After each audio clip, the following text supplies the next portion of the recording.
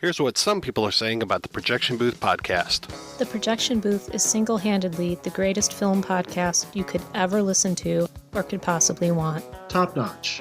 5 stars. This has quickly become one of my favorite film-related podcasts. Always interesting. A completely unpretentious yet fully comprehensive look at films from all genres. The Projection Booth podcast, with new episodes available every week at projectionboothpodcast.com. You guys look like... What do they look like, Jimmy? Dorks. They look like a couple of dorks. Get those birds! They're coming to get you, Barbara. What? Are you kidding? We got us some family here. Can you dig it? Can you dig it? Can you dig it? You are listening to the In the Mouth of Dorkness podcast. Here are Brad, Lisa, Brian, and Darren. Welcome to another edition of the It Modcast podcast. With me is Brian Young, the Turtle Dork. Hello, everybody. And also joining us is Lisa Gullickson, Wife Dork. Greetings. Yep. And Brad Gullickson, Mouth Dork. Hello. Yep. And I'm your host, Darren Smith, the Disco Dork. And welcome to the It Modcast podcast, Comic-Con REVIEWcast.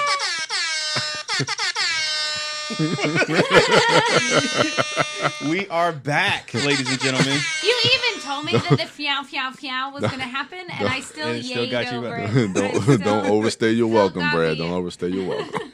I like this app. Ladies and gentlemen, if you were under a rock and void of social media the last week and a half, you would not have been aware that the It Mod crew took our annual trip to San Diego for Comic-Con 2017. I think I was under a rock. Where did we go? We went to San Diego. Oh, we did? Yes. Oh, okay. And we went to Comic-Con. And so now we are here to give a review of our trip to San Diego. Again, not a review, because a review sounds like you're going to be pointing out flaws and finding problems. We're going to do that. It's like a celebration. We're going to be pointing out flaws. Brian had a flaw. He left some valuable merchandise. That sounds like a personal issue. What did you leave? What did you leave behind, Brian? My Giacchino signed vinyl.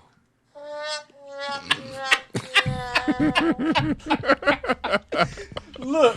When we finally get the technology to like loop people saying embarrassing shit, that's when we'll have reached a new low. We're just scraping the low. We have not reached the new low. All right. We're bumping up against it. We ran into Liz and Jimmy Reed last night at the Alamo Draft House. Where we saw Arnold Schwarzenegger's The Running Man. Celebrating his birthday. Hi, Liz. Hi, Jimmy. And, her comment was, because she is hooked into the ItModCon hashtag, that she felt like this Comic-Con for us was not as magical as the previous Comic-Con. And she was a little sad to actually listen to this episode that we're recording now. Oh, wow. Well, and while maybe we did not meet Joss Whedon, maybe, we did not get to bump fist with Edgar Wright, who didn't see it all. He's probably busy. I still think that we've been holding some magical shit back, and you can't have a 2016 Comic-Con every year. True. Yeah. That's very true. Here's the thing. Ranking your Comic-Con experiences is just like ranking, I always use this example, but it's like ranking Tarantino movies. Like, they're all good. They're all great. They're all but better which one's death proof? Hey, that's one of my favorites, man. They're all great compared to other cons. Just like Tarantino movies are all top-notch and stellar compared to, like, most other films. So it's like ranking your relatives. Your children. Yeah, some of them are a disappointment. Wow. But you still love them. Okay. I can see it coming from the perspective of, like, our listeners. For us, of course, we enjoy the experience every year, like every year that we go. But for our listeners, with, the stuff that we, tweet out and through social media and everything that we put out, maybe to them it didn't seem like it was one of the best. But I could say, like, for us, our personal experience, from our vantage point, it was. So what you're saying is Liz is saying our coverage was shitty. I wouldn't say our coverage was shitty. I think maybe Darren's coverage was shitty because he was living his life. He did not tweet shit. But you have to think about some of the crazy magical things, like the whole thing with the Leprechaun, with the Star Trek Beyond premiere. and the things that we've experienced, like in Hall H. No or the Power people, Rangers this year. Yeah, or the people that we just run into, and we didn't really have those type of experiences. But it doesn't take away the experience that we personally had. But I just think that for them, watching us and following us, I also think that taking Darren's social media out of it, the Disco Dork, that between the Turtle Dork, Sidewalk Siren, and Mouth Dork, we covered it hardcore this year. A lot of stuff, yeah. Hall H, the line, just everything, the floor, the cosplays, the sideshow collectibles, everything, yeah. I apologize. I was selfish as fuck this Comic-Con trip. As you are wont to do. You are the Disco Dork, and you thrive on life experience. You live in the moment. So each year we go to Comic-Con. If you've listened to the REVIEWcast, or if you haven't, they've been a different experience for us all. And personally speaking, each year I go to Comic-Con, my experiences have been different from the prior year. Last year, as you would know, the big deal for me and the big difference was, my first experience cosplaying. Mm-hmm. The year before that, I didn't have that cosplay. The year before that, it was, was about the shift going away from standing in Hall H line every day to, only being really concerned about maybe Saturday and then experiencing the con, on preview night, Thursday and Friday or what have you. So each year for me, I've been trying to switch it up. And so this year, because I'm now used to only really being concerned with Saturday line waiting, and cosplay is not new for me. I took it upon myself to alter my experience by not really specifically just trying to be present and not pull out my phone, but my brother Zachary was with me this year, and this was his first time cosplaying. This is his second con. I can't wait to hear more about this, by the way. Yeah, this is his second con with us, but this is his first time cosplaying. So I wanted to be present for that. Right. I wanted to be present for Zachary in case he had any questions or he wanted to go and do certain things. And I just felt like, well, a different experience for me would be not to... and I'm not saying that there's anything wrong with pulling your phone out or taking pictures. That's a huge part of it, especially with the advent of social media and what we do as a podcast. So I'm very grateful for the fact that I have 3 fellow dorks who will, for lack of a better term, pick up my slack and provide coverage for our listeners. And that was the only reason why I felt comfortable not doing it, because I know, and I said it before we left, Brad was just going to bombard the hell out of our Instagram.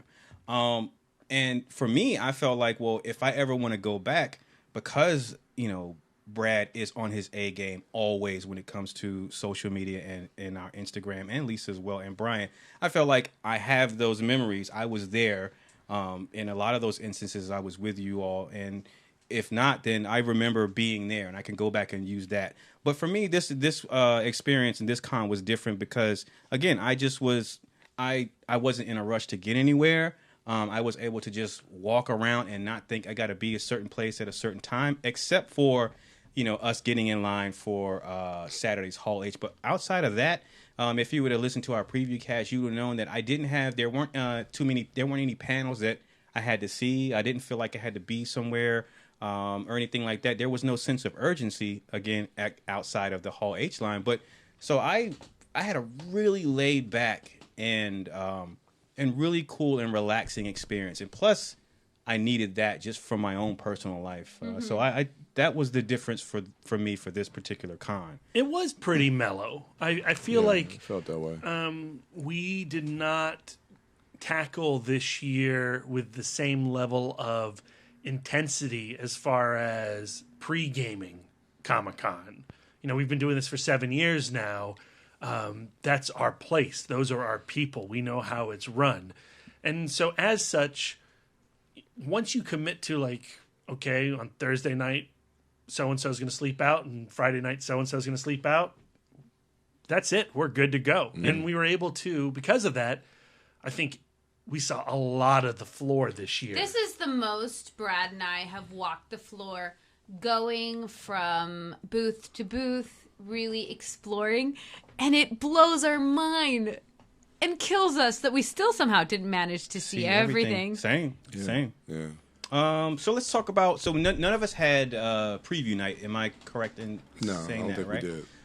So let's talk about. Well, Brad and Lisa, you always head down a bit earlier than us. So, and you always get your con in and started early with activities outside of the convention center and the actual Comic-Con. So you want to talk about some of the things that you all did before? I mean, this year we went the cheap route with our flights. We went Spirit Airlines, and I got to say, they were great. Yep. We love them. Same. They're wonderful, except, we didn't have a direct flight. We stopped off at Dallas, and we had a pretty long layover in Dallas. So our Wednesday was pretty much consumed with travel. That's right. From the time that we arrived, from our first Instagram at the airport to arriving in San Diego, it was a 14-hour travel day. So our round-trip flight cost $300 a ticket. And it's astounding how exhausting sitting in the sky can be. For some reason, it zaps you. Yeah. So, but at the same time, it did cost us a lot of the pre-experience of Wednesday and Comic-Con and watching everything get set up. But on Wednesday, we did head into San Diego proper. I mean, that's sorry, when Tuesday. We traveled on Tuesday. Tuesday. Yeah. We had all of Wednesday to get excited. We went to we went over to Coronado. We had your $1,000 breakfast. Yeah, we had our $1,000 breakfast, and this year it was so good. Yeah. It was really good. And this year they had us all in the buffet at the Hotel Del sit outside together, and there was a lot of industry folks over at the Hotel Del, and that was kind of fun to eavesdrop into a lot of their conversations and hearing everybody. If we were stressed about Comic-Con, they were 10,000 times more stressed about Comic-Con. I thought that was really exciting, as well as that breakfast being amazing. Yeah. And then we just waited for you guys to show up. No, we had the Leica experience. We can't skip that. That was on Wednesday. But that was we were waiting for Brian. Yeah. I came in Wednesday morning. Or afternoon. Sometime. Yeah. It was about noon, I think, when you landed. Yeah. Because I was trying to check into my hotel, but couldn't check in yet. And then I rented the car. You guys met me at the Atwood Hotel, which wasn't far from where you guys were staying. Candlewood Suites. Yeah. Don't travel in time and go back and murder us, please. Oh, wow. And since I had time to kill, I just kind of hooked up with you guys. I think we went downtown. And they had already had a lot of stuff set up? A lot of the pop-up shops were ready to go. We stopped at the Leica Experience first in the Gaslamp District. Leica, for those that don't know, they're the studio that produced Coraline. Kubo and the Two Strings. Paranorman. Box Trolls. Box Trolls and Caroline.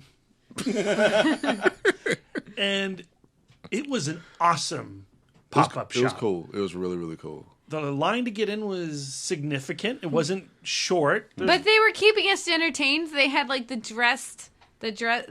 what is it called when cosplay? The furry. Yeah, the furry. They had Monkey. Monkey showed up. Norman showed up. Norman showed up. So you got some cute pictures, and then they had from Paranorman, they had the bus out in the window. So as you approached, you had stuff to look at. And we baked in the sun. Lisa and I fried our skin. Oh, yeah. First day, just walking the beach and then waiting in line for the Leica Experience. I earned a sunburn on the back of my legs. That still itches. Yeah. But the way the shop was set up is you walked in and they had a host for you. You were paired with a Leica employee. And our guy was super knowledgeable. Yeah. I never quite figured out how he was connected with the studio. Yeah, we didn't know his position. But he seemed to have a lot of insider knowledge. Mm-hmm. And he took you room to room, and each room represented a film in chronological order. So the first room was the Caroline room. Coraline. And they had Caroline's giant, the garden head. Mm-hmm. And it was massive. Like, if you look at my Instagram, it just looks like, Instagram size. But I'm telling you, it was 6 feet wide. If you look at my Instagram, you can see our wonderful host actually standing in front of it for scale. Oh. Yeah, Lisa's clever that way. And then, each room you got to get up close and personal with the puppets. And mean, the artistry in those things. And the astounding amount of detail. And our host would talk about, like, for example, in the Coraline Garden path, he would talk about, like, one person would be in charge of putting all of the details on all of the stones. And they would spend weeks putting all of this intricate detail on each cobblestone. And then another person would be in charge of just putting leaves on top of the cobblestones. And, like, you would look at, like, in the locker room scene of Paranorman, they would have a piece of homework hanging out of a locker. Well, that homework has to have writing on it, because even though that little piece of paper is like 3/4 of an inch by 1/2 an inch, on the screen it's going to be enormous, and people are going to be able to see that if there's writing on it or not. Yeah. And it's all handmade. It's all hand detailed. It's like a magic trick how they get it all together. Seeing all that, you can't help but have a better appreciation for the artistry that goes into that. Because you got to think that, you know, if we're watching that and it's filmed at 24 frames per second, like, people have to go through and when they have the characters, they have to switch out faces to animate the movements of the mouth and the eyes and things like that.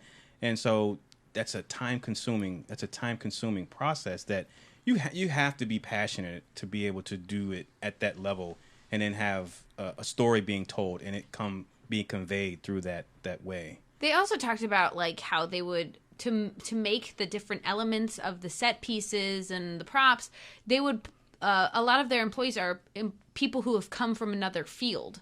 So, like, for example, for Box Trolls, the villain at the end is riding in this enormous robot. Yeah. Well, that enormous robot was designed by someone who had the mechanical skill and knowledge to create a robot with working gears and all of that stuff. So all of that shit is more or less essentially real. Yeah, that's crazy. If you want to see more about the process that goes into the films that Leica creates, check them out on YouTube. There are several behind the scenes videos that give you a look at just, again, the artistry that goes into creating those films. It's truly astonishing, the amount of detail and the hard work that goes into those projects. And because Travis Knight, the president of Leica, is the son of Phil Knight, the founder of Nike, they had this tie-in where they were giving away a specially crafted shoe,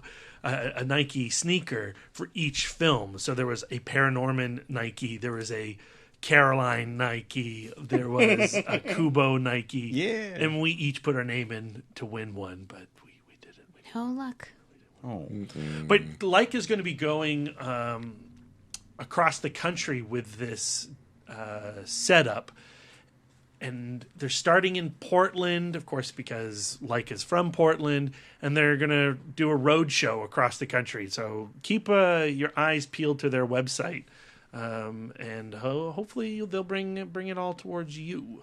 All right. After that, the Leica experience, where did you all hobble off to? Oh, no. Well, so one of my favorite things about Comic-Con are these... They're not like full-on experiences. They do have those, but they'll just have tiny sculpture gardens periodically spread throughout the San Diego downtown area. Last year they had the statue from BVS of Superman, the memorial statue. Yes. And you could get your photo taken with it. When Godzilla came out, they had this giant Godzilla statue and a little art maze you could wander through. And this year, where the Batmobile was with BVS last year, they had the Kong Skull Island. Oh, yeah. Again, I can't call it experience. I would just say it's an advertisement. They had this collection of bones, of Kong bones, that you could wander through the rib cage, get your photo with the skull, and then they take you into this shack. And it's not a large shack, but it's enough to have a corridor of jungle to wander through. And you can hear the choppers in the distance, and you can hear Kong growling towards you.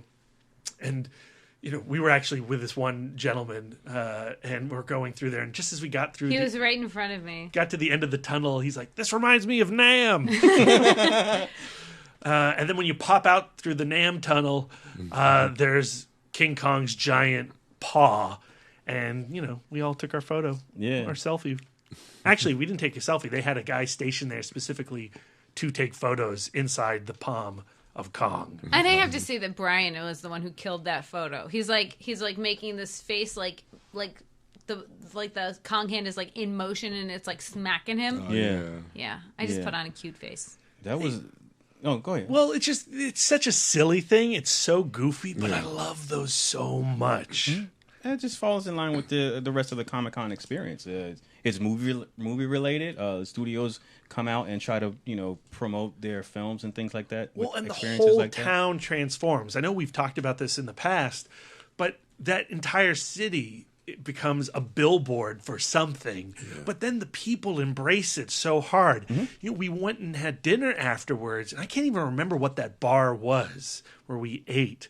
But there was a guy behind the bar. He dressed as Goku, and he was serving up shots. And all the valets have capes on, and it's pretty cool. Every storefront slapping some kind of comic book related symbol in their window. There are some places that have big events and festivals, and when you go there, because these festivals draw extremely large crowds, international crowds, and what have you, sometimes you get a sense that the local people there, they don't like it because, oh man, here come all these people. It's going to be a bunch of noise and all these outsiders or what have you.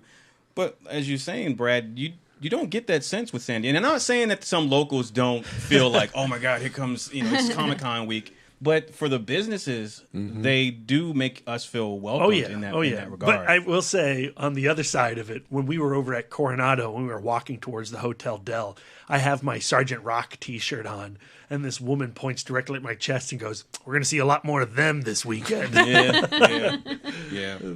It is a little mini invasion. Yeah. But we try to treat the city right. Yeah. So I'm assuming that, that Kong experience kind of pooped Brian out. So you all had you had your little excursions. Unfortunately, myself and Zach, we came in on a later flight. And so, Brian's gonna come pick us up from the airport. And you knew this was going to happen. And this was, as I said before, this was Zachary's. This is his second con. He went the year before last with us, and he had an extremely fun time. But unfortunately, he didn't go last year.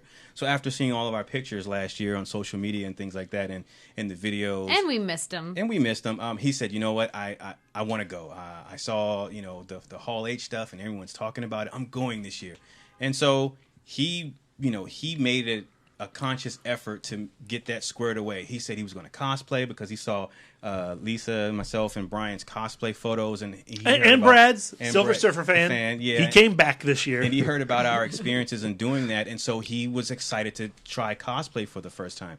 And for my brother, that's a big deal to be able to put himself in that position, to be vulnerable, to be around all these people, to have people looking at him, and so for him that took a lot of courage for him.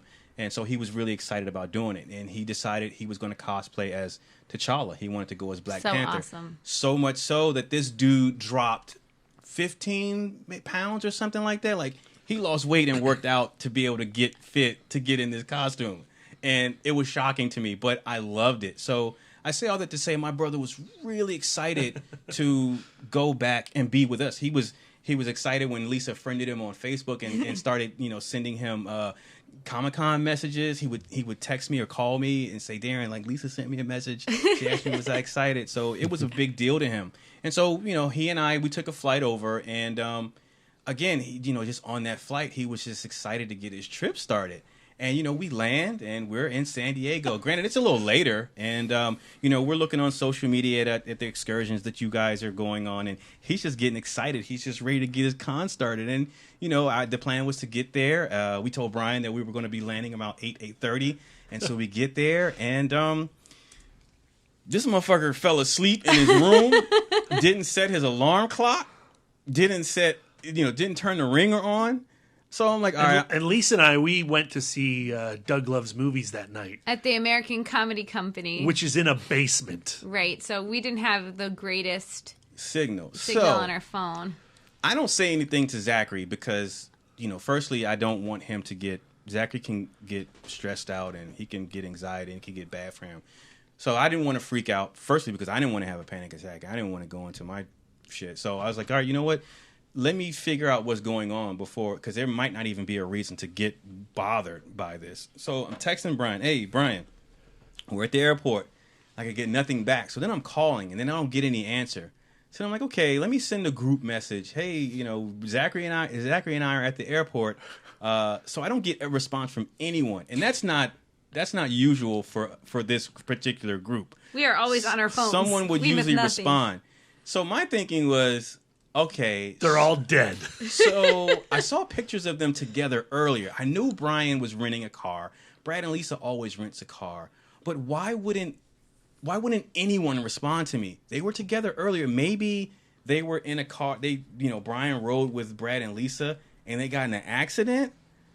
Like this, my mind was really going there. And then I'm like, well, or maybe they were walking in the Gaslamp district somewhere and they got mugged and they got robbed. And it sounds far-fetched and silly right now, but after calling and texting the amount of times that I was calling and texting, we've established ourselves as very dependable people for the most part. And being patient and not freaking out, like I started going to those options and this shit started to freak me out. And then Zachary's sitting there and he's just like, is Brian coming? And I'm like, yeah, he's coming. I'm just waiting for him to text me back right now. And I can see in Zachary's face that he's getting kind of like antsy, and he's starting to get anxiety. And I'm trying to keep, maintain, my composure, because I don't want him to freak out, and I'm trying not to freak out. But in my mind, I'm literally thinking like, all right, well, first I need to call all the police, call the police and see if there's been any reports by Brad, Lisa, or Brian, or I need to call the hospitals to see if anyone's checked in under Brad Gullickson, Lisa Gullickson, or Brian Young. I really went there and I was like, what the hell is going on? And we were there for an hour and a half at least, and then Lisa responds to a message of mine. Oh, hey, we're at this club, we're at this comedy thing. I get it. I finally get a whole. I guess I tipped my body or something to get a whole bunch of messages at once, and the last message is is everyone okay? And I'm like, oh shit. And they were very specific, you're not supposed to be on your phone. So I tried to sneak out to the ladies' room and try to text him back or stand by the door and text you back. But finally, and lucky for you, this Doug Loves Movies episode was not going great. Yeah. It was the awful. Worst. It was the worst. Awful. So who were the guests? It was Jacob Siroff was the guy that I know. Andy Signor from Screen Junkies. And then who was the third person? What's your friend? My friend. Yeah, he was at the interruption of Texas Chainsaw Massacre. Oh, yeah. Graham Norton. No. Of the other Graham. Oh, shit. Graham Cunningham. It'll come to me if I'm not thinking about it. The Graham that's always on Doug Loves Movies. Yeah. And they were just not on their game. And Doug knew it and was crapping on them before they even took the stage. Yeah, he was like, these guests are not good. Damn. He straight up said that. He's like, guys, you're going to be disappointed. Damn. Yeah. And he was right. Graham Elwood. I didn't even have to Google it. I started to Google it, but as I was Googling, I remembered. I saw her Google it. Don't believe her. I did not hit send. So luckily for me, the show wasn't that great. Yeah, Lisa so said, all right, we're going to leave. Left. We'll come and get you. And I felt bad. I was like, no, I don't want you to leave your show. I'm just glad that you all are alive. But I mean, we knew that Brian was going to take a nap. And when Brian snoozes, he snoozes hard. He does everything. He never does anything halfway, is what I'm saying. And he really committed to that nap. Brian's a strong napper. No half measures. Yeah. So. Yeah. And we've all forgiven him, right, Darren? You have? Oh, okay. We've forgiven you, Brian. I was never mad at you, We Brian. were never done bringing it up, that's for sure.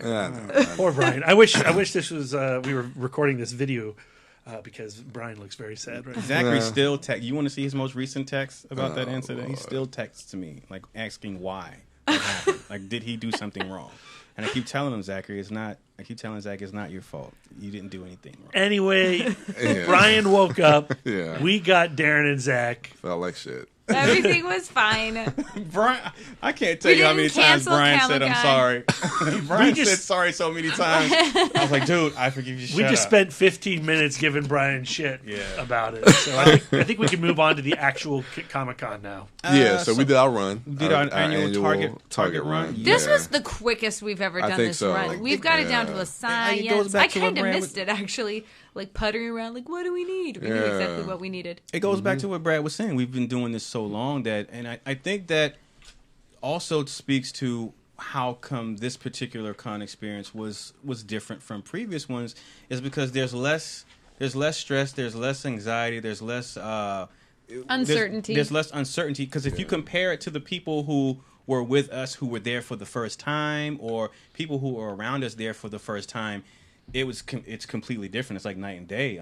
Those people had the live and exciting and like okay, where are we gonna go and what time is this and is this the line we're supposed to be in? Like for us though, we got this. Yeah, we got it down. We go with the flow. Mm-hmm. So Thursday, what did you, since you weren't standing in line for Friday or Saturday, Thursday, what did you do first? Well, I think that's when we all decided to go to the Fox panel, because that was the first panel for Thursday. I know that I was kind of still on the fence of whether I wanted to go to the Fox panel or not.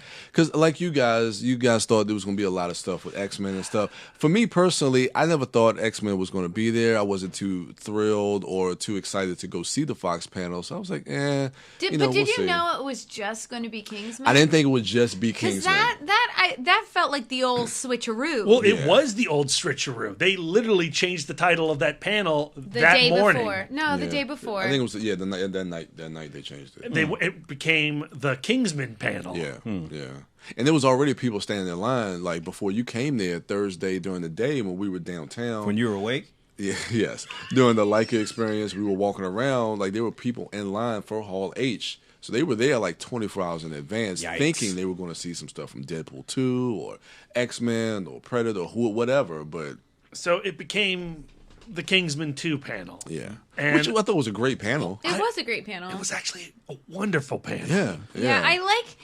You're gonna catch a theme in our Hall H, but there was like an interesting variety of moderators this year, because generally you get moderators just like the writers on Entertainment Weekly or IGN, but this year they really went for personalities. They went to for comedians, which I think we owe a lot to Chris Hardwick, because he's a stand-up, even though he was a presenter first. He's a stand-up entirely, and to some hits and some misses, but the moderator for this panel was Jonathan Ross, who is a British comedian and kind of TV personality type of dude. And I thought he did a great job. I thought he did a great job, outside of one, unnecessary comment towards an audience member. What did he say? I can't remember. He kind of belittled their costume. Yeah, it's like, oh, that guy's not going to win the contest. I didn't catch that. Oh, that's right. Yeah, right. Because the cool setup of that panel was Dave Gibbons, the illustrator of the Kingsman graphic novel, as well as Watchmen. Mm-hmm. He was illustrating Taron Egerton as Eggsy in his style. Yeah, so, during the panel.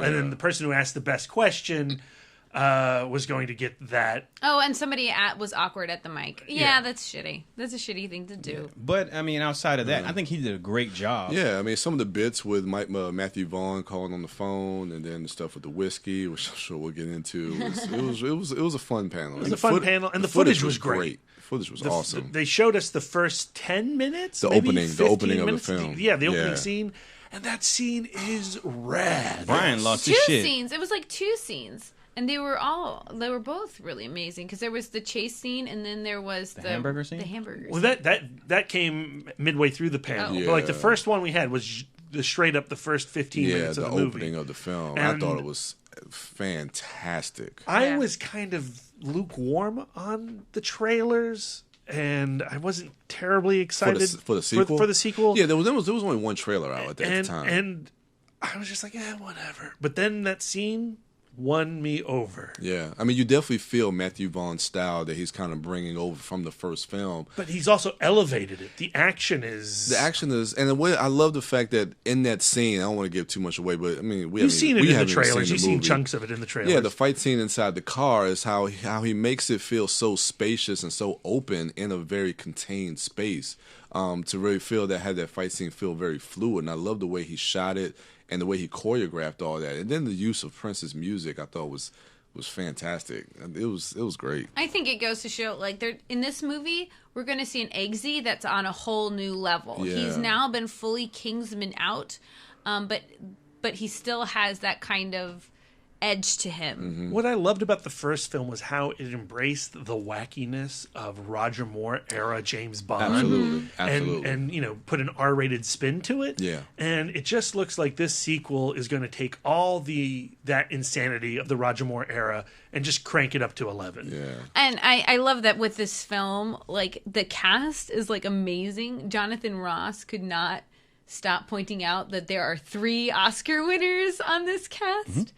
We have Halle Berry, Jeff Bridges, and Colin Firth. All of whom... And Julianne Moore. That's 4. 4? Did I misname? Has Jeff Bridges not gotten one? Jeff Bridges won for Crazy Heart. Has Julianne Moore got one? Julianne Moore won. Oh yeah, for Still Alice, right? Yeah, I think she won. She may have 2. And Halle Berry. Maybe Colin Firth? Have I fucked up? No, Colin Firth won for King's Speech. So it turns 4. out that Jonathan Ross can't count and be seen. So yeah. Yeah. So, I mean, I was like Brad, because like I saw Kingsman. I guess when did it come out? 2 years ago. 2 years ago. Yeah, February. And I enjoyed the movie in the theater, and then it was like post film amnesia. I immediately forgot about it. But I don't know. This one also looks really good. And they were having a blast up on the screen, and they passed out a bottle of Kentucky bourbon, and everybody had a little shot in front of them, and the panel went on. But then at some point, Channing Tatum poured Halle Berry a pint. Yeah, about half a glass full of bourbon, which normally like you would take a shot. It felt like a pint of bourbon. It looked like a pint of bourbon to me. It was a lot. And somebody laughed, and then she says, "What? You don't think I could down this?" And then, of course, the audience starts going, chug, chug, chug, and I was chug. just shaking my head, like, man, don't do that, man. Don't do that. And so you guys, you come down that was an iced tea. You Okay. think that was, it had to be. Well, okay. At first, I was a big proponent of no, that was really bourbon. Today, when I was at work, I saw someone had it. It was on either IGN. Someone had the video on their timeline, so I could see it up close, and I watched it in HD. When he's pouring it in her glass, you see like some small like bubbles at the top, like a foamy, like really like a small amount. And I was like, bourbon doesn't do that when you pour it. It doesn't make like light colored foam. Right. It's a small amount, and then it goes away like kind of quick. But it was there when he was pouring it in there. So that leads me to believe that I don't know that was necessarily bourbon. I feel like it's got to be tea because It's got bourbon. to be, I'm not wrong, right? Bourbon doesn't do that when you pour it, right? It doesn't make like foamy. Here's the thing, Darren. I've never poured a pint's worth of bourbon. I have bourbon over there. We could do a test right now. No. But the way she was acting afterwards, the rest of that panel, as we stated, Oscar winner. I understand she's an Oscar winner. I get that, but I don't know, man. Dude, bourbon doesn't bubble up like that. And then Jeff Bridges took a shot. And a lot of won an people Oscar too. To sell it. That's how you sell the pint. Is you have to sell the little shot. Yeah, and also some people just left theirs on the table. Like some people didn't. They do don't their want those shot calories. They're actors. But iced tea doesn't have any calories unless it's sweetened. It was sweet tea. I would hope it was. Sweet tea bubbles that way, Lisa. I don't know, but so listeners, go to the YouTube. Look, pull that video up and watch. Look at the glass as he's pouring it in there. You'll see it foam up, like froth up at the top a little bit. And correct me if I'm wrong. Hit us up on Twitter. Hit me up on Twitter, and let me know if bourbon really does do that when you pour it in the glass. Anyway, moving on. Great panel. After that, we decided to leave. This was the day I forgot to mention. We decided to cosplay.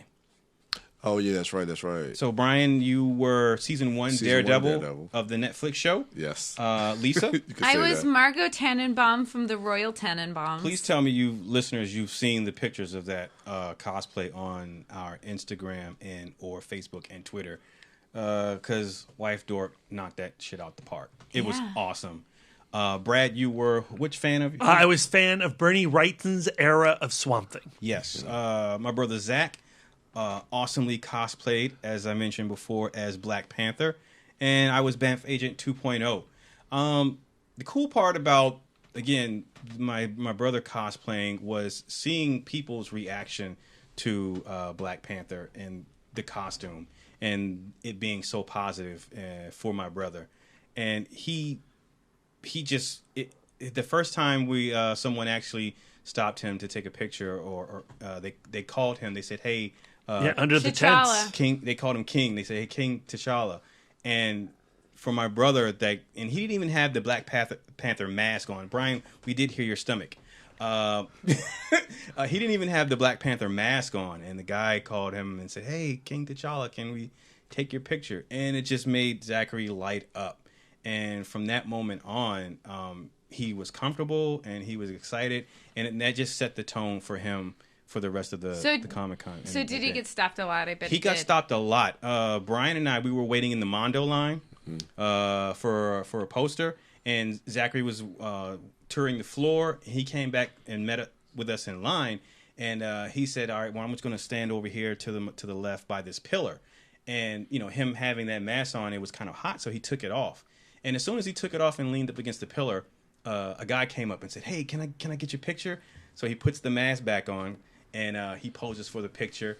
And the guy's like, "Oh man, thank you, cool costume." So he takes the mask off. He didn't even get it off all the way. Another person came up, "Hey, can I get a picture?" He puts the mask back on, and he poses for the picture. And the guy walks away. He's about to take it off. 2 more people walk up, and I go, "Zach, you might as well keep that mask on." And he posed for that picture, and they walk away. Right after that, a little kid walks up and reaches out his hand, and he wants to shake his hand. And Zachary leans down and shakes this little kid's hand. Aww. And it was just the most awesome moment that, and I told Zachary last year what the experience of cosplaying was like, what would happen. And it was exactly what I said. And to see him have that experience and him see, the power in being this character and then people's response to it, who have a positive response to it, it was just everything to me. Like, it's giving me goosebumps now thinking about it, because for him, it means a lot, that, and it's a totally new experience for him. And then with him just being the way he is, like he really needed that, and it was empowering for him. And so, yeah, I was just well, happy if he and wants pleased. that experience again, I suggest not dressing as a Wes Anderson character. Not a lot of Wes Anderson love. I was gonna say, you had a different experience, right? But you like to be low key in a way, right? I love to be low key, but not too low key. But I mean, this is insanely low key. Like, I got more attention as Don Greenwood from Silver Surfer than I did as Margot Tannenbaum. It was kind of hilarious, actually. But doesn't that make it even better when someone does spot you and say, yeah. Well, I mean, yeah. I'm not a person who wants to get a ton of pictures taken, but I would like a picture taken. Yeah, and I did get a picture taken, and also, like, because Wes Anderson isn't on Twitter and stuff like that. Like, one of the great things about doing Don Greenwood last year was I got to interact with Dan Slott and Tom Brevoort, who's an editor in Marvel, and Michael Allred, and so I got a lot of satisfaction that way by using it as a gateway to interact with creators and get in the cover of Silver Surfer number 200. Yeah, back matter, but still, it was pretty awesome. But yeah, so I didn't get that satisfaction, but I really felt like I looked freaking badass, and I knew who I was, so it was really cool. I did have the guy at the Mondo booth going like, "Oh, good, you have the wooden finger. I just had to check," because I mean, I made sure I rewatched the movie to make sure I had all of the details. I had the wooden finger. I had the cigarettes in my pocket. Yeah. It was an awesome cosplay. Listeners, if you haven't seen it already, which I'm sure you have, but go look at it again. Check it out. It's on our Instagram page. It might be. I might have to reuse it on Halloween because I'm super proud of it. Do it. So Thursday after Hall H, and you were Daredevil, Brian. Yeah. If you were low key, I was super low key, which was great. It's awesome for me. But you had people recognize you though. A couple, but not a lot. You know. Did you walk around with the Daredevil thing over your eyes? For a little bit. It's hard to see. So if you take that off, if you take the mask off, you're just a dude in a black jumpsuit who's coming from the gym, like in his Under Armour shirt. You're just leg day guy. Do rag, like a thug. Exactly what I wanted. Well, you nailed it. It was you. across the board success with the cosplay on Thursday. I got lots of compliments on my shirt. Nice. So did you all hit any panels specifically after we went to the Four Winds on Thursday? Directly after the Kingsman panel, we went right to Ballroom 20 because the Sci-Fi Channel, which killed it on this. They had a massive presence this year. Comic-Con. TV in general, Sci-Fi, Netflix.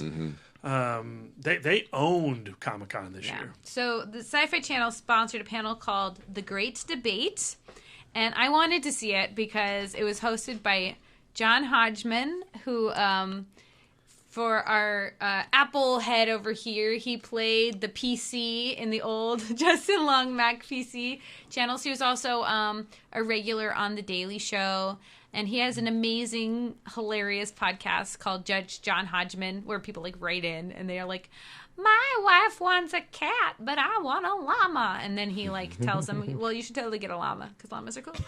So there's John Hodgman, also Adam Savage from Mythbusters, who's kind of like one of the patron saints of Comic-Con. Aisha Tyler from Archer, and she has a podcast called Lady to Lady. We've also seen her be moderator for panels, and she's so funny. She does a great job. Yeah, she's amazing. Orlando Jones from American Gods. Yes. Charlie Jane Anders, who is an author, I think. And John Barrowman, who is from Doctor Who and Deadwood and Green Arrow. So the Great Debate, what it was about is they would just do like nerd debates, and all of these hilarious, fun personalities would like debate them. So like, for example, the first subject was DC comic book universe versus Marvel comic book universe. And they would say, okay, well, like Aisha Tyler and John Barrowman head to head. You have to pick one. And Aisha Tyler went DC, I think. And John Barrowman went Marvel. And Aisha Tyler won that. No. John Barrowman won because he played the LGBT angle. Which, you know, like resonates a lot with X-Men and being who you want to be, and how as like a little gay kid, he really identified with that. And and I love Aisha Tyler's response to that is because she goes into the mic, I support LGBT rights, but boo. That was so funny. So they also did, you know, what's your favorite John Williams theme song, which was fun because it got the whole audience singing. And they did Raiders won. If you had to erase, I can't remember. I think Raiders won. John Barrowman won again with Star Wars because he sang his own lyrics that he composed as a child, and he like, you know, it was Star Wars, and he had other words too. I can't remember them. There was one where, which would you erase from existence, Star Wars or Star Trek, and Orlando Jones. No, it was Adam Savage. No, it was Charlie Jane Anders. She won for Star Trek because it's more optimistic and it's like it's the universe we need. She won the crowd though. She won me over because she won you over. She won Brad over, but she did not win the crowd. She made the argument that Star Wars is the one that you'd fuck, but Star Trek is the one that you would marry, which I thought was very sweet. And they did Best Movie Batman, and they, of course, Adam West, of course, won. What would you like, an in real life lightsaber or Jaeger? Lightsaber won, which I thought was so stupid because a Jaeger, Pacific Rim Jaeger? Yeah, because I feel like a Jaeger is like way more versatile. Yeah, it's too cumbersome though. can't do a lot with it. I'd assume that if you have a hypothetical Jaeger, you're gonna have a hypothetical place to put it. You know what I mean? Like I wouldn't have a Jaeger just parked outside the Dork Cave. So, but I don't know. You could do more. You could travel with it. Like, think how easy international travel would be if you had a Jaeger. You just walk across the ocean. Because my Jaeger would have extendable legs. You're destroying every step you take. You're causing you could fly. millions of dollars. You can fly. You have rocket feet. So if you had a lightsaber, you're only slicing watermelons, Brian. No, you're fucking shit up too. You're causing damage. Probably. But I have somewhere to store it. That's true, in your pocket. Yeah. Where am I going to put a Jaeger?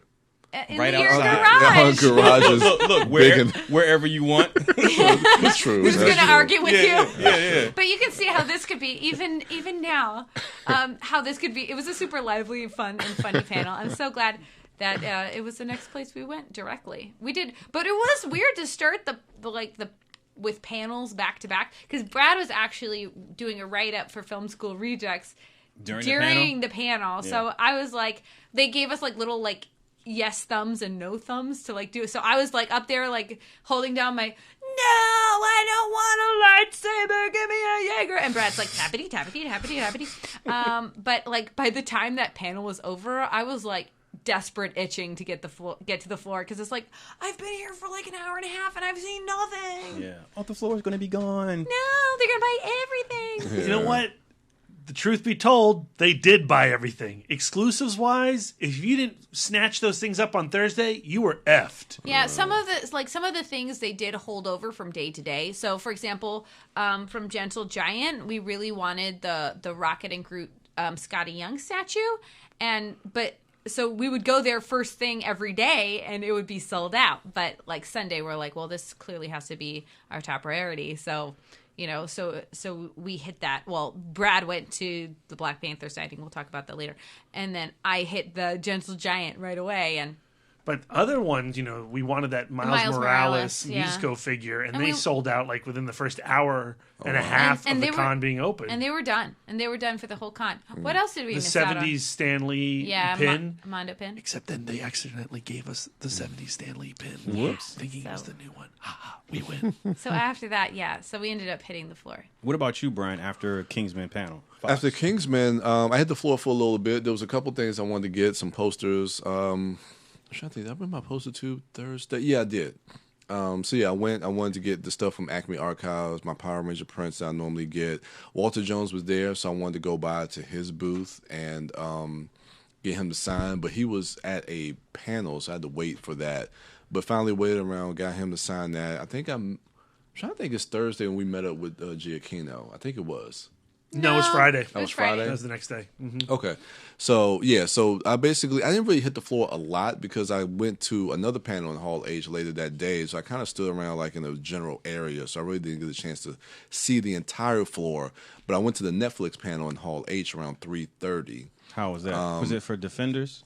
No. That was Friday. I'll talk about that too. That was some bit of luck I got into that.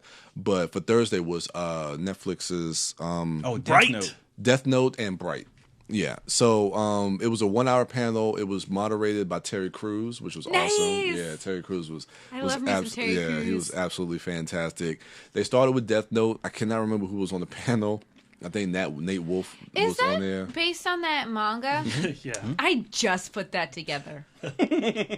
And they showed a couple scenes from it.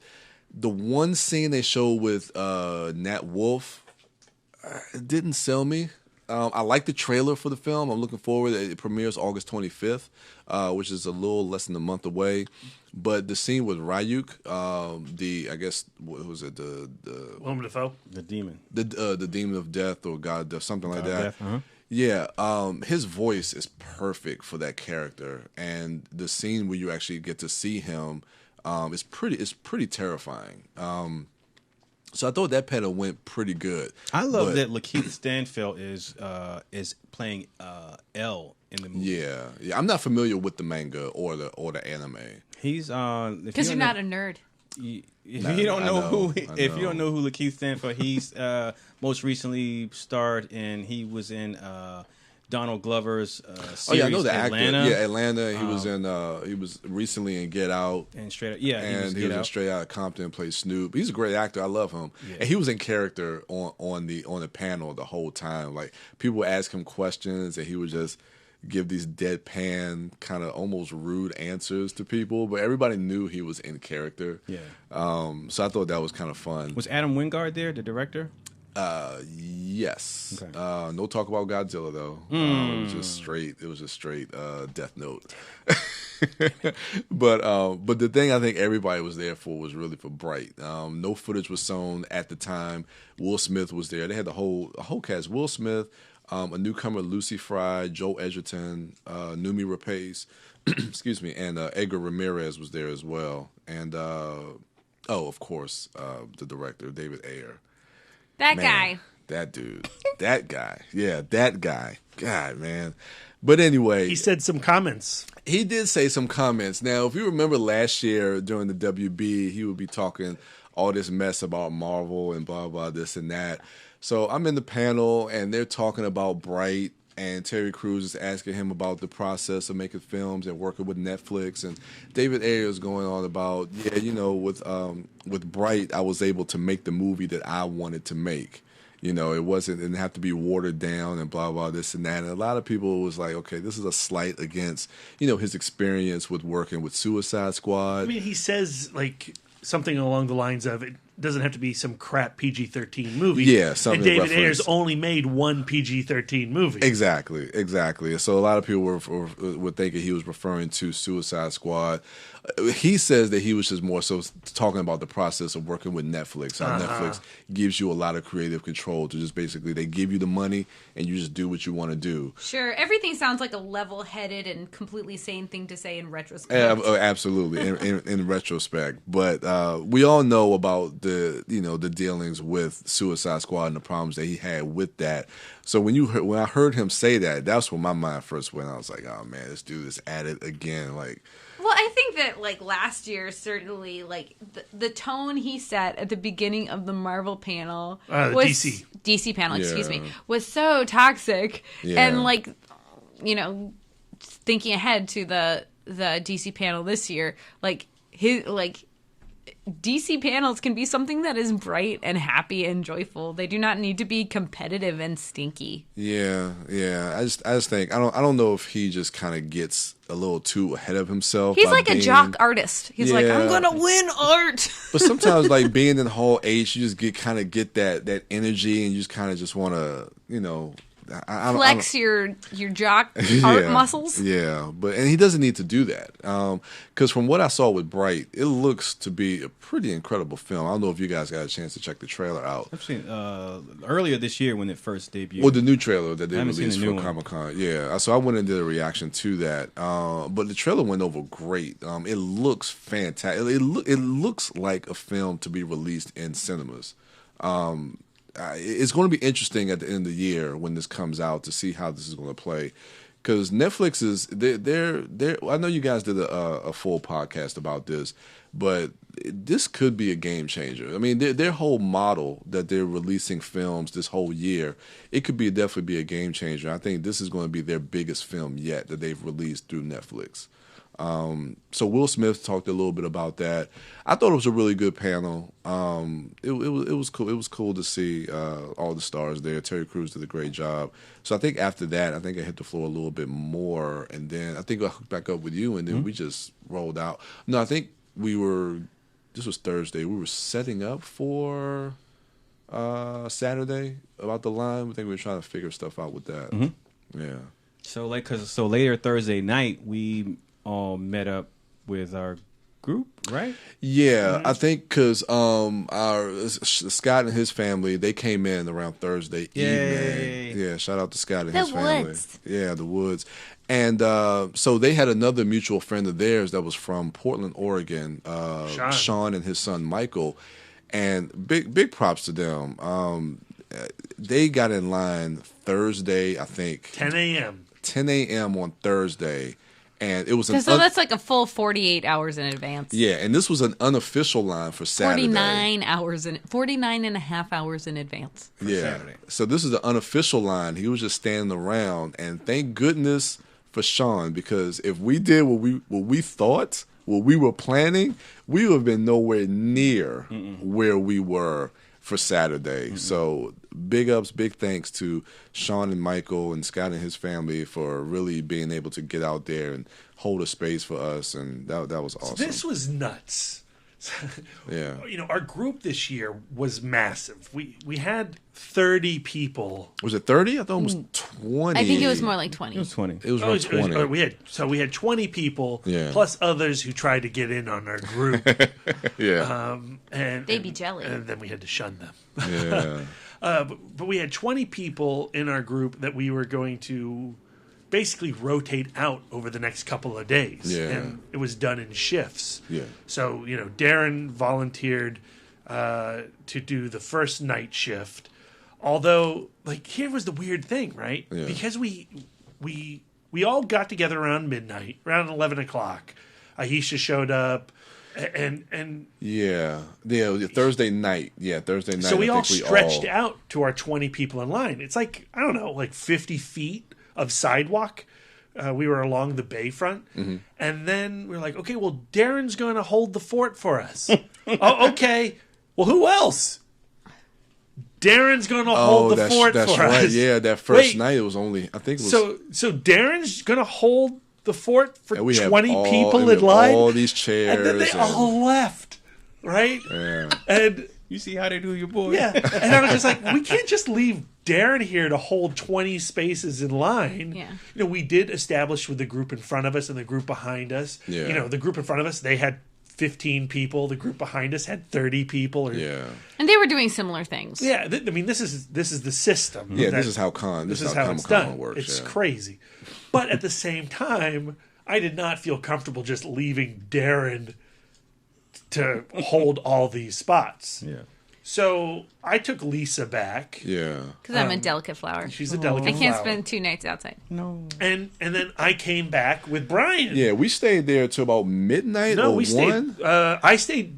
stayed till 1. 1, yeah. We stayed till 1. Yeah, then Brad came back to the hotel room for 2 hours. I came back. I got back in line at 3:30. So, but the hilarious thing was, so Brian and I leave at 1 in the morning. We're like, okay, Darren, we're gonna be right back. Darren's like, oh, I got this. So Lisa and I come back at 3:30, and Darren, he's got his Goku hoodie on. Yeah. But he's not in that nice little sleeping bag that he once wore where I left him. He's sitting in the middle of the concrete sidewalk, 15 feet from his sleeping bag, 10 feet from his cell phone. Which is out and open. That's out open, blasting Playing music. Yeah. And one earbud 5 feet from him, another earbud 15 feet from him. And he's in this, it's not a fetal position, because he's laying on one arm and his legs up. It's a pretzel. He's sleeping in a pretzel shape. I was comfortable. And so, we're like, Darren, are you okay? Are you awake? And Darren's like, I'm like, well, there's a bed right next to you. Climb into the air mattress. And then he crawls over to the air mattress, and then I crawl into the sleeping bag and I fall asleep. And then so now I'm watching Lisa and Darren sleep until about 7:30 when Scott shows up with Kale. Yeah. And then you showed up, about 8? Well, that's the thing. Me and Zach came. So now I guess we're moving into Friday.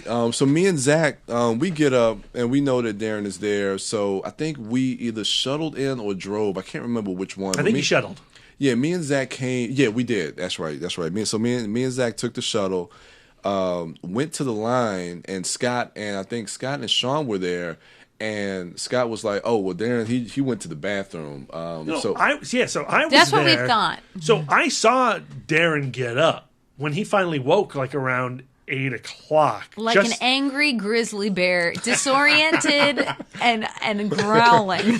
I mean, you looked pissed. You looked really angry, and then you stumbled off. And Lisa and I hung around for a while, because we were waiting for you to come back, make sure you're okay. But after 30 minutes, I was like, well, I need to get back in line because Frank Miller's doing a signing and they're doing a raffling for that signing, and I want to get to that raffle. Yeah.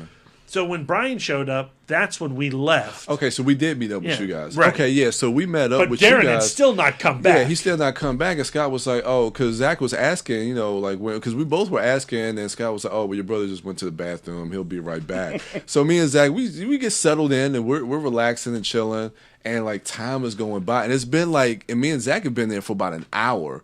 And I think Zach was like calling you on your phone. I didn't know. He was like, and he kept asking. He was like, he's like, where's Darren? I didn't think nothing of it. I was like, oh, he's probably just doing something. He does his own thing. And then after a while, I was like, all right, hold on, let me text him. And I text him. Now you see how it feels, right? Yeah, I get it. And then, so I'm like, what the, like, I didn't know what the hell was going on. Yeah. And so. I don't know. Did you feel abandoned? Did I feel abandoned? Not at the moment. Not at the moment. Because I knew he was around somewhere because he left all his stuff there. And I guess he went towards those nasty bathrooms in front of us. Yep. And then so we're like sitting there, and then he comes from behind us from the other side.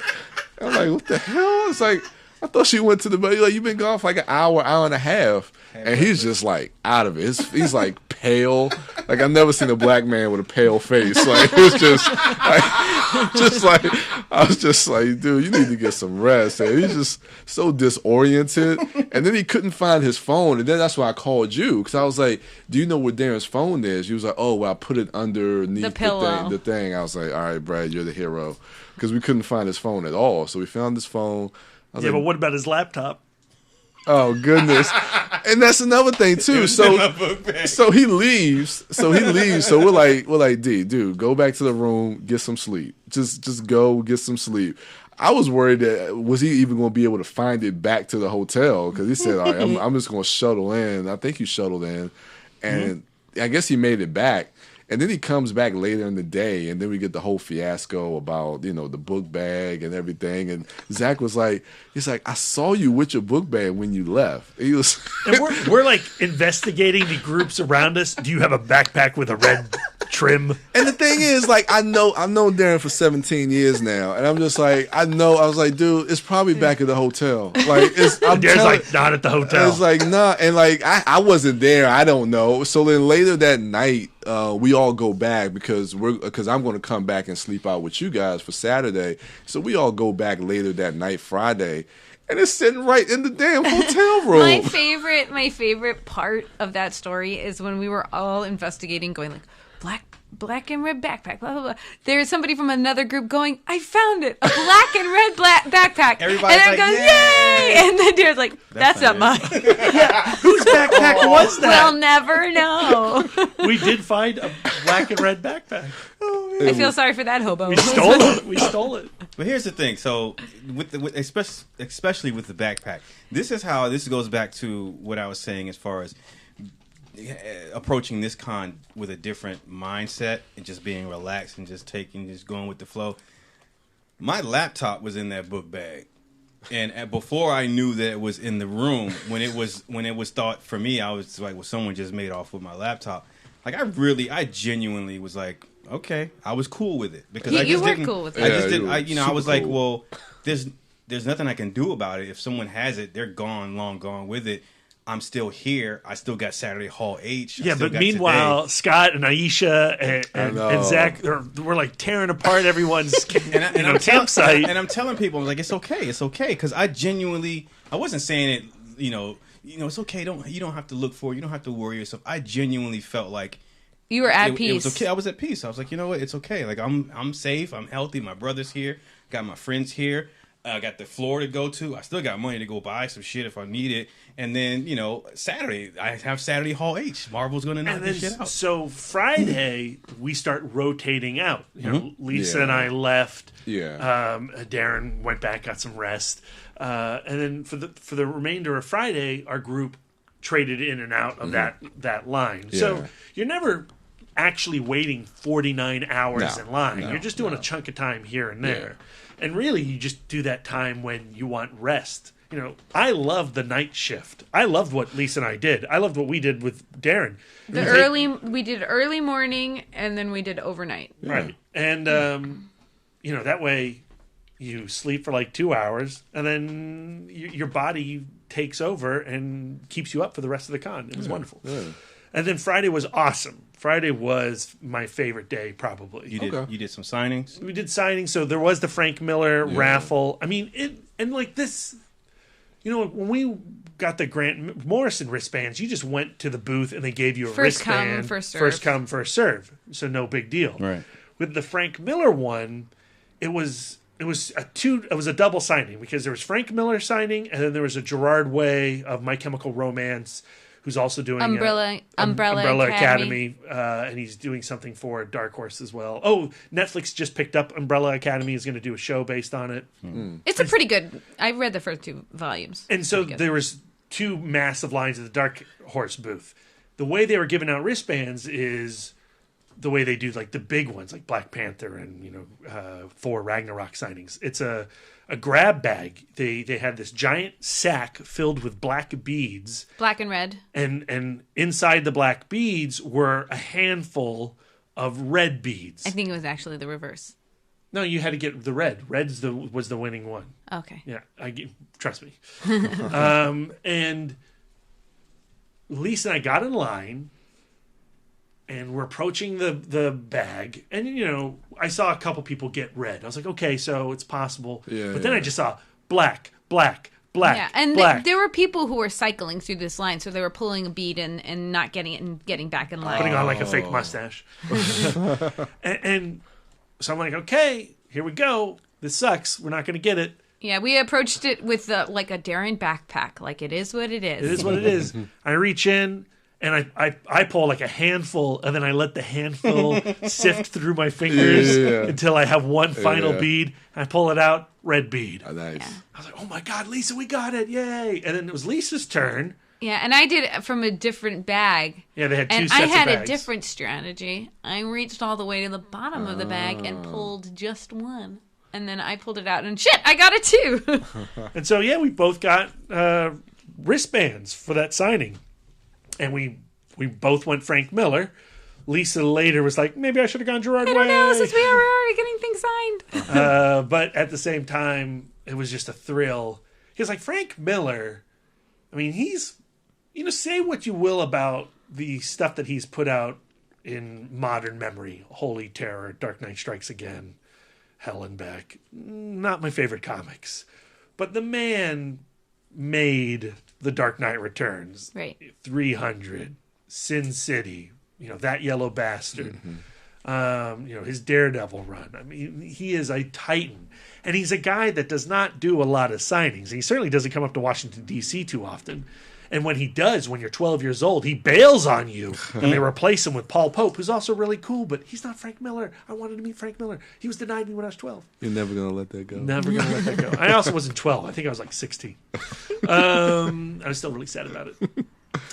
So now, here we are. Get to meet Frank Miller. The signing was at 1, so we dick around for a while. And we look for books to have signed because we didn't bring anything for the signing. Right, because I feel like if you prep for that level of signing, you won't get it. It's a jinx. It's you a can't jinx. Jinx yourself. And you're at Comic-Con, so you're going to be able to find The Dark Knight Returns. Except here's the thing. Once we got it, I wanted a hardcover Dark Knight Returns. It was hard to find a hardcover Dark Knight Returns. We did it. Okay, so you found one. We found one. One guy was selling it. He was selling that recent hardcover that had the DVDs for the animated film included. So it's a funky looking hardcover. Still hardcover. Success. And then I bought a copy of That Yellow Bastard to get signed. And, you hear all these stories about Frank Miller. He's a grumpy old man, psychotic. But he could not have been nicer. He was super sweet. So, I don't remember. What did you talk about? I mean, if you see the photos that Lisa took of me, the ones that I allowed her to publish on Instagram and Twitter, because she took some ones where I was geeking out a little too hard, and none of you nerds need to see my O face when talking to Frank Miller. I I do not remember exactly what I said. It wasn't like with Grant Morrison where I was really invested in having a conversation and a moment with him.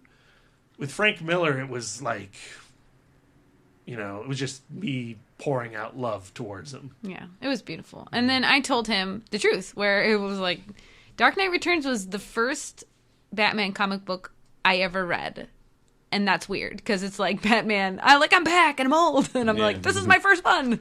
I think it's actually the first Batman books for a lot of people, though. I think so because it was huge. Because it's iconic. It's iconic, and comic book fans who wanted to get cute girls into comic books would give them that book. Like, look at this sophisticated and weird book, and I read it and I enjoyed it. So win. And he was there primarily to promote his sequel to 300 or his prequel to 300, Xerxes, and he was signing prints for that upcoming series, and it was a beautiful print. I was expecting some crappy photo gloss paper, but it was this really heavy cardstock, and I did not bring my poster tube, so we had to go find one and purchase, which of course we did. Yeah. And then once I got that tube, I was like, well, then we're going to the Mondo booth and we're going to buy some Mondo posters. Yeah. And we did. What a beautiful story. Yep. But so that was awesome. Of course, when we were dicking around trying to kill time, we discovered that Michael Giacchino was going to be at the Disney Music booth signing right after Frank Miller. Yeah, I think that's excuse me, that's when I met up with you guys around that time. And Amber as well. You met up with Brad and Lisa to go to the Michael Giacchino Yeah, we had already gotten. Well, so they ran into me. I was at the Greg Horn booth buying some prints, and then they snuck up on me. Oh, so you went with them to the Michael Giacchino thing. So you got something signed? Yes. Let me see. Can I see it? I don't have it with me. Where is it? It's at home. You left it at home. I did. Oh. You're home away from home? Yes. The hotel room in San Diego. But you got some great photos. I got some really good photos that will stay with me forever. So was he nice? He's great. Yeah. He was awesome. So yeah, we met at the Disney Emporium. Yeah. So they were handing out wristbands with purchase. So we got two. I guess they're called the Lil Records. The 45s. 45s. We got two 45s from Inside Out. The Mondo ones. Yeah, and they were really cute for him to sign. And then we ran into Brian and was like, Michael Giacchino is doing a signing. And who did we meet in line when we were in line for the signing? Amber Wood. Yay. Yeah, because I think I ran into them earlier because Scott was running the floor. So I think his whole family was there.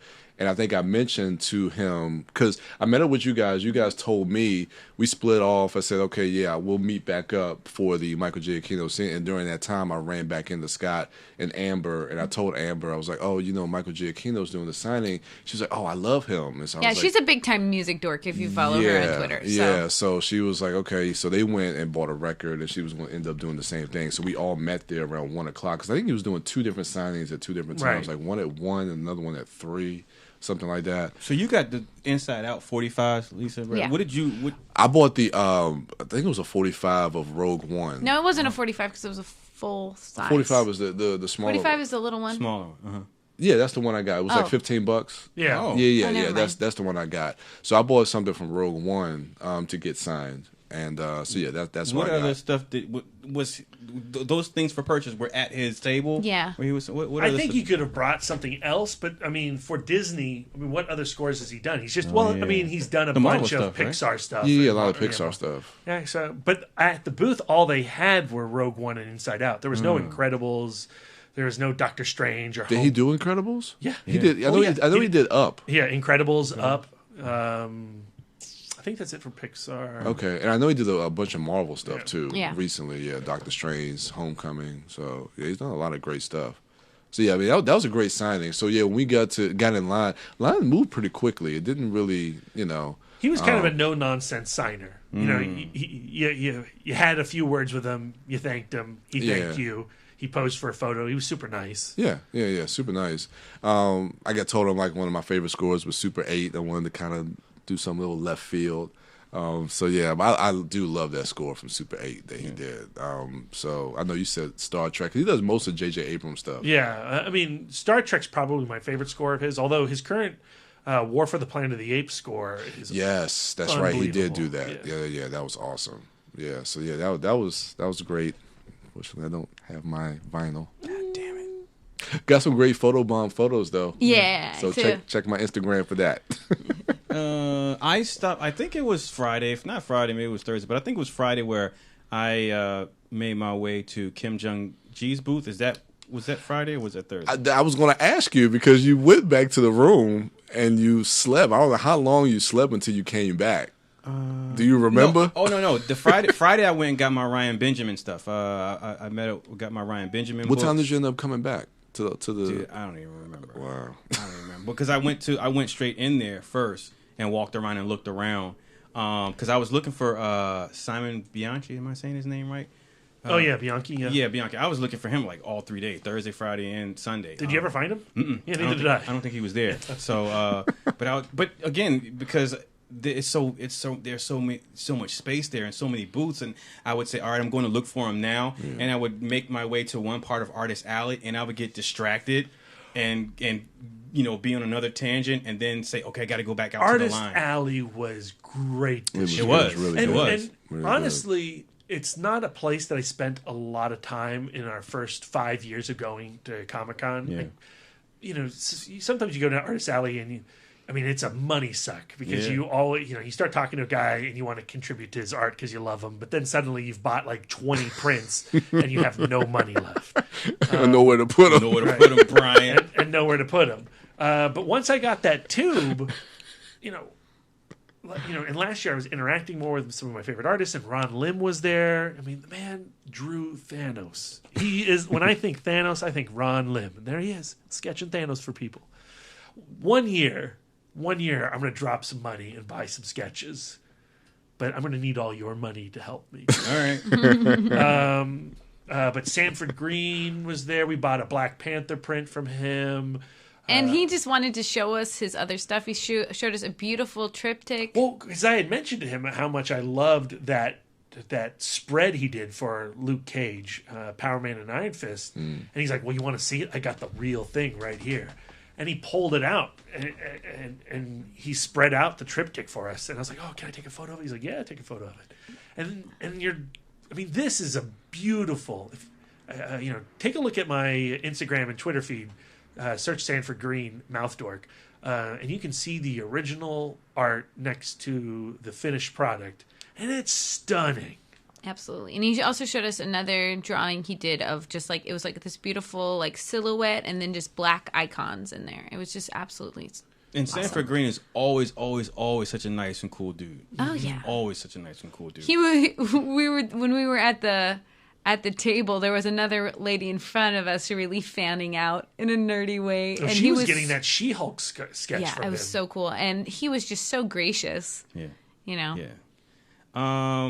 And so, again, as I say every year, the main thing I'm looking to purchase is the more recent sketchbook from Kim Jong Ji. This year, Brad, you made your way to his booth one of the days, and you actually got... Well, I mean, you've made me a massive fan of his art, and just watching his Facebook Live streams of his creation process. Yeah. I mean, what comes from his brain into his brush pen onto that page without any reference is outstanding. It's super genius level artistry at work. Yeah. He's referred to as a master or the master, and he truly, truly is. So, I wanted a little piece of that. And when you buy his books, they're not cheap. No. But when you do, he sketches something unique for you in that book. There's that. There's the fact that he does an original sketch for you in the book, and it's not just some shoddy stick figure or whatever. Yeah. But also the fact that they're not cheap. They are expensive, but his sketchbooks are the biggest sketchbooks of any that I collect. Like it's a tome. They're massive, and there's so much artwork in there that I feel like it is totally worth. The price. What is weird about it, as he's become so popular, is you have to get into a waiting list to receive your book, or at least that's how it was on Friday. I talked to his assistant because he's busy doing the artwork and all the sketches, And they've got that camera, and they're continuously streaming that video to his Facebook page all Comic-Con long. Yep. And you don't really get to interact with him. Well, you would have to have done it once or twice to know this. But if you when you're paying for your book and when you're purchasing your book, if you say, "Can I get a picture with him?" She'll when he gets to your book, she'll let you get a moment with him, because that's how I got mine this year and previous years. And at that moment, you can say, glad to meet you, and he'll lean over, and he won't just sit there. Like sometimes he'll come around the table, but if not, he'll lean over the table so you can put your arm around him and take a picture. Like, he's really nice, super nice. The assistant said to me, "Come back in an hour." Oh, and damn! It'll be done. I mean, he had a stack as tall as I am of books that he had to get through that day. Yeah. It was impressive. Yeah. All right. So Friday, did you go to any panels outside of the? No, I didn't do any panels, but I do remember. I think while I was on the floor Friday, I did the the green screen Power Ranger morph. Yeah. So I did that on Friday, which was pretty cool. So I saw that they had two booths. They had one on one side for like the Power Rangers. You could do the morph. And then they'll superimpose your image onto the screen where they actually see them morph. And on the other side, they had like the what's the thing, the Scion 9000, where you have to yell real loud to power up for Dragon Ball Z. Dragon Ball Z. So I did the Power Ranger one, and I got in line, and I'm a kind of a reserved person, kind of shy, so I was like, oh man, am I going to be able to do this, like, in front of all these people? Can I actually do the morph thing? So, you're getting up there, and they say, just which Ranger do you want to morph as? And so I was thinking, I was like, I don't want to do it. I was like, let me do the Green Ranger. I want to do the Dragon Zord. So I'm seeing like other people do it, and like they're having like this, you can hear their voice crackling as they're doing it, and they're not loud. A lot of self-conscious individuals. Yeah. I was like, nah. It's like, nah. I'm at Comic-Con, man. I'm like, I gotta do it. It's like, screw it, I gotta do it. So I get up there. And I do my thing, and I was like, it's like Dragon Zord. I haven't done it yet, but Brian texted me his Dragon Zord. Yeah. I gotta put that on Facebook. I know you will. But it was fun because I didn't get a chance to see it because they said they texted to you and I don't have a signal. So when I sent it to you guys was when I actually saw it. I think it was like either that Sunday. Oh wow! Yeah, I think it was like early because Saturday we were in the Hall H and I wasn't even thinking about it. So it was like Sunday. I was like, oh yeah, I got that text from them. I just looked at it. I was like, oh wow. I was like, oh, let me send this to the group. So yeah, it was that was fun to do. I figured let me do something different. So did you all do anything Friday afternoon, evening? We didn't. We just walked and walked and walked. We spent our entire time in the exhibit hall. And by spent, we mean dropped a lot of money. We spent. We spent time and money. Did you end up coming away with a favorite booth this year?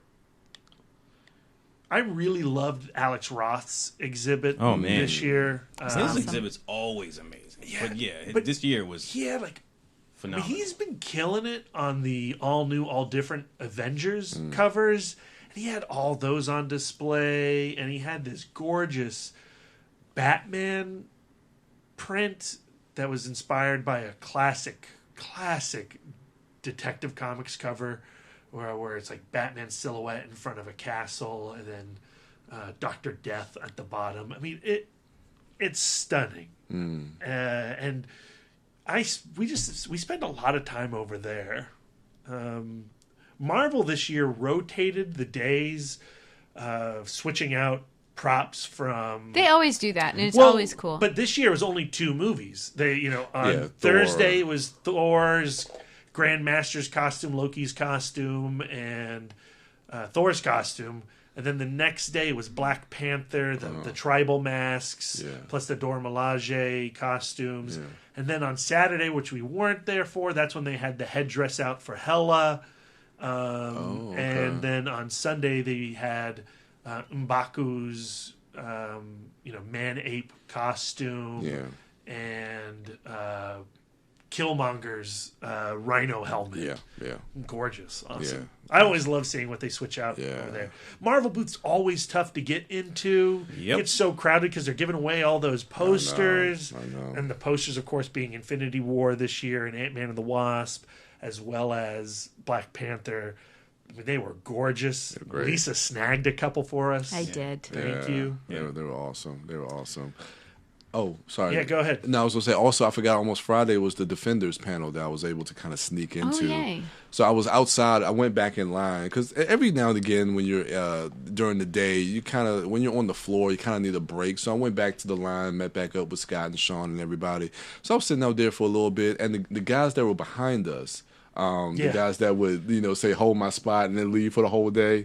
So, like, we would be... Seth. His name was Seth. So, yeah, like, I know... Fuck you, Seth. Yeah. Oh, wow. So I know Sean, and I know you like, y'all were ragging on him a little bit because they was like, you told us hold the space, then you leave for, like, a whole day. And it's like, you're gone. But he came back. I was sitting there, and I was just like, I don't think I'm going to be able to make it to, like, any panels for Hall H today.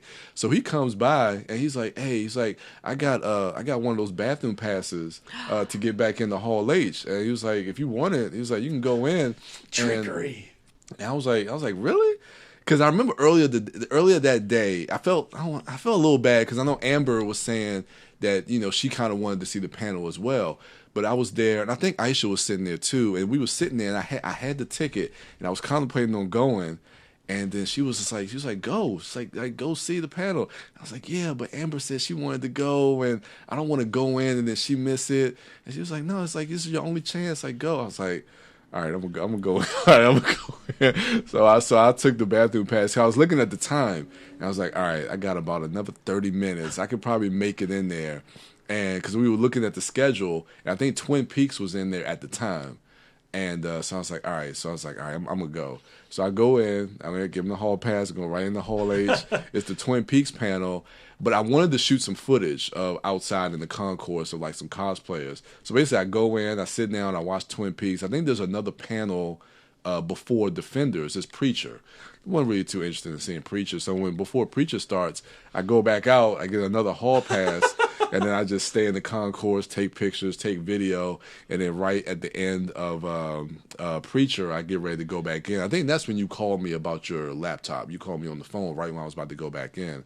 So then I go back in. And at this point, like, the back of Hall H is pretty much open on this. It was a lot. It was still a lot of seats open. Yeah. I was like in the back middle section. So you weren't totally abusing the privilege, No. Ryan. No.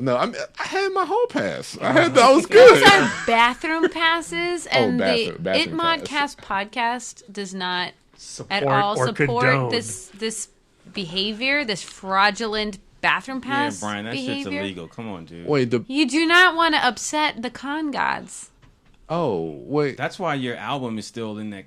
But Let's hope that you Wait, didn't you affect mean all of just, our mojo. Just Oh, the no. bathroom pass as a whole we object to, or just somebody It's for giving it? bathrooms. Somebody as a whole, abusing you it. don't go to the bathroom. You hold your shit. Well, you did Literally. that the first year. Bitch. You did the same thing. It was funny on Saturday. The guy who was sitting next to us, he's like, "Can you hold my seat? I have to go and pray." He's Muslim. Okay. And then he goes out to pray. And I don't know how long that takes I because mean- I am not. yeah. But he was gone for He's a while. gone forever. And he comes back. He's like, "Oh, I was at the Game of Thrones sighting." He got a wristband for Game of Thrones. He's praying to one of the seven gods. Hey, look, man. So the Comic-Con, you do what you got to do, man. That's right. I mean, but so yeah. So And it must have worked because he got that wristband. yeah, absolutely. Yeah. So yeah. So I thought that was cool. I mean, Seth, wherever you are, I know we was ragging on you, but thank you for the bathroom pass. I was able to get in. Did Seth ever join back up with the group for Saturday? Did he get in with us? He did because I saw him in Hall H. Okay. I don't think he sat like with us, Okay. but I remember running into him like when I would go to the bathroom or go get some food. I ran into him and he would say, "What's up?" Friday we also did the panel for Adam West's The Oh, Cellar. yeah, that's, that's right. right, that's That right. was really With lovely. Ralph Garman and Kevin Smith, Lee Merriweather, and James Tucker from Batman Brave and the Bold. And that was an awesome panel. It was just beautiful remembrances. Everybody had really wonderful. He seemed like a really wonderful and funny guy. Yeah. And obviously they all shared stories. And how they first encountered him as a cultural icon, and then how they encountered him as a personal friend or a coworker. And then they had footage of Adam West himself giving life advice towards the end. And I swear to God, if you did not cry listening to Adam West talk about his experiences as Batman and how that brought joy not only to him but to others was profoundly moving. Yeah, he was just doing it to make people happy. Yeah. He actually still has another Batman role about to come out. He recorded Batman and the Two-Face with William Shatner. That's going to be nuts. And I can't wait to see that film. The animated Cape Crusaders film that they did a couple years ago with Julie Newmar and Burt Ward was excellent and definitely in keeping with the spirit of the original 66 series. So that's cool. Here's hoping that this follow-up will also be as strong. That's cool. But yeah, it was a great panel. And they have a Batman 66 comic too, right? Yeah. Jeff Parker writes it, and I haven't read the entire thing, but what I have read also really quite good. Okay, that's cool. So Friday night, you all had a visitor in line, right? That's when you got some actual sleep. You didn't sleep out that night, and that's when Brian, Lisa, and myself. I think that was it, right? No, and Michael. Oh yeah, and Michael. Michael. And Michael joined us to sleep in Hall H, and we got. So when they passed out the bands this year, we got A wristband. That's a first. B. We'll never settle for less. We got A wristbands. So you're like, oh my God, how many people are? We're gonna be front row. I know. The truth is, when we have a group of 20, we're never going to be in the front row. Yeah. It would be very, very hard to get 20 people on the front row. If I had ditched your ass like I originally wanted to, Lisa and I could have gotten to the third row. I did find 2 seats by themselves, but I was like, no, I'm not going to be Brad. I'm going to be one of the group. I'll hang back with you guys. But we were, 20 rows back? It wasn't that bad. angle too was it was awesome. perfect. Right behind the microphone for Q&A. Yeah.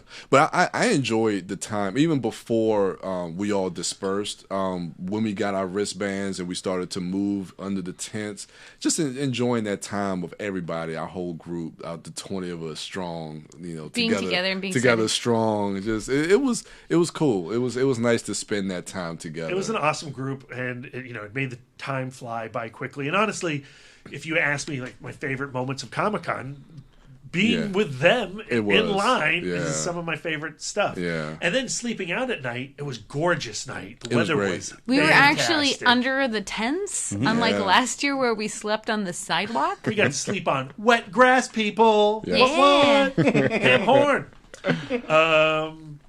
And it was awesome. And then about 1 o'clock, you heard that murmur. Yeah, everybody kept. I mean, there were people sleeping, but there was certain people waiting. It was because they knew something was going to go down. Well, that is true because there are people under the tents who are waiting for the encounter. Yeah, someone's coming to us. I'm not going to bed until someone does. And so, I started to drift at around 11 p.m. I was dead asleep. But then from 11 p.m. to 1 o'clock. Every 20 minutes, someone would be like, someone's coming. And then I would bolt up and be like, Brian, someone's here. And then a meerkat? Yeah, no one would be there. But then finally, about 1:30 in the morning, Andy Serkis, once again, going through the line.